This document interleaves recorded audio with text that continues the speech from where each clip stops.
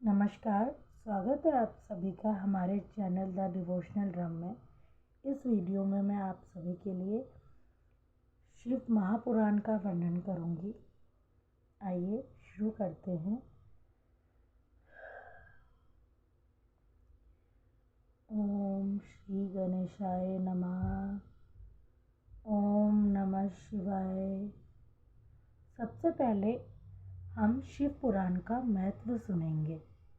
उसके बाद हम आगे की वीडियो में थोड़ा थोड़ा करके शिव पुराण की थोड़ी थोड़ी कथाएं आपके साथ साझा करेंगे। तो आइए शुरू करते हैं।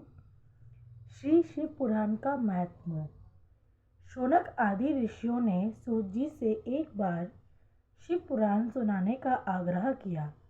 सूत जी ने ऋषियों से कहा, आप सब धन्य हैं जो आपके हृदय में शिव जी की कथा सुनने की इच्छा जागृत हुई। इस शास्त्र का वर्णन भगवान शिव ने अपने श्री मुख से श्री संत कुमार से किया था, इसलिए इसे शिव पुराण भी कहते हैं। इसके पठन, मनन और श्रवण से कलयुगी मनुष्यों का मन शुद्ध हो जाता है तथा शिव पद की प्राप्ति हो जाती है। जो फल दान एवं यज्ञों के करने से प्राप्त होता है, वही फल शिव पुराण के श्रोताओं को प्राप्त हो जाता है। इस ग्रंथ की 7 संहिताएं हैं जो इस प्रकार हैं। पहला विदेश्वर, दूसरा रुद्र, तीसरा शतरुद्री, चौथा कोटि रुद्री, पांचवा उमा संहिता, छठा कैलाश संहिता, सातवां वायु संहिता। आत्मवेत्ता मनुष्य को इस पुराण का हमेशा अध्ययन करना चाहिए। अब हम पापी देवराज की मुक्ति कथा सुनेंगे। तो आइए शुरू करते हैं। सूत जी बोले, हे ऋषियों, जो व्यक्ति दुराचारी, पापी, विलासी एवं दुष्ट होते हैं, वे भी देवराज की मुक्ति कथा के द्वारा पवित्र हो जाते हैं। लालची, मध्याभाषी, माता पिता को दुख देने वाले, दंभी, पाखंडी, क्रूरता, द्वेषी, पति, हिंसक और निर्दयी पुरुष भी कलयुग में इसके द्वारा पवित्र हो जाएंगे। इस प्रसंग में मैं आपको एक प्राचीन इतिहास सुनाता हूँ, जिसने सुनने से सभी पापों का नाश हो जाता है। किरात नगर में एक ब्राह्मण रहता था जो बहुत दुराचारी और दरिद्र था। वह धर्म और वेदों में विमुख था। वह इतना गिरा हुआ था कि वह स्नान तक नहीं करता था। उसने अधर्म से बहुत सा धन एकत्र कर लिया था। वह एक बार एक तालाब पर नहाने के लिए गया। उसी समय वहां एक वेश्या भी आई जिसका नाम शोभावती था। वह उस वेश्या को देखकर उसकी ओर आकर्षित हुआ। वह वेश्या भी उसे देखकर परम प्रसन्न हुई। वे दोनों चिरकाल तक विहार करते रहे। ब्राह्मण के माता पिता ने बार बार उसे समझाया, परंतु उसने अपने माता पिता की बातों पर ध्यान नहीं दिया।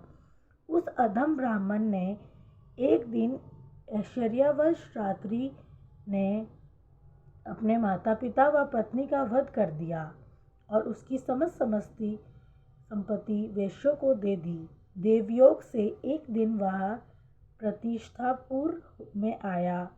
उसने वहां एक शिव मंदिर देखा जिसमें अनेक साधु महात्मा एकत्र थे। वह ब्राह्मण अचानक वहां बीमार हो गया। बीमार की अवस्था में उसने एक ब्राह्मण के मुख में शिवजी की परम पवित्र कथा सुनी।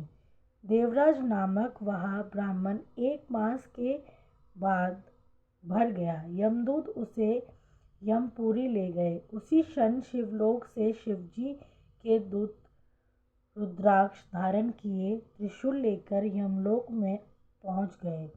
उन्होंने देवराज ब्राह्मणों को यमदूतों से छुड़ाकर विमान पर सवार होकर कैलाश को चले गए। यमपुरी में कोलाहल मच गया। शोर को सुनकर यमराज स्वयं पधारे और शिवजी के 4 दूतों को देखकर उनकी पूजा की। धर्मराज अपने 4 चक्षु द्वारा सब कुछ जान पा गए थे। शिवजी के दूतों ने ब्राह्मण को ले जाकर दया के सागर शिवजी के सम्मुख उपस्थित किया। हे मुनिवरों, शिवजी की यह कथा परम पवित्र है, जिसके श्रवण मात्र से महापापी ब्राह्मण देवराज भी मुक्ति पा गया। इस प्रकार शिव पुराण की कथा को विधि पूर्वक सुनने से अमर फल की प्राप्ति होती है। ओम नमः शिवाय। ओम नमः शिवाय। इससे आगे की वीडियो हम आपके साथ जल्दी ही साझा करेंगे। आशा करती हूँ आपको आज का ये शिव पुराण का महत्व और ये कथा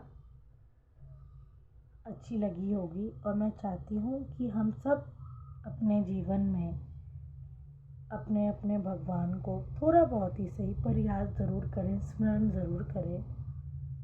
आज हमारे पास टाइम नहीं होता है इन सब चीज़ों के लिए, बट हम ज़रूरत नहीं है कि हम जब पूजा ही करें या अर्चना ही करें। भक्ति का स्वरूप अनेक होते हैं। हम सिर्फ नाम जप से ही अपनी मन को शांत कर सकते हैं। ज़रूरी नहीं है कि अगर हम मंदिर में ही जाएंगे तभी हमें उसका फल प्राप्त होगा। भगवान हमारे अंदर भी हैं, भगवान हर जगह है।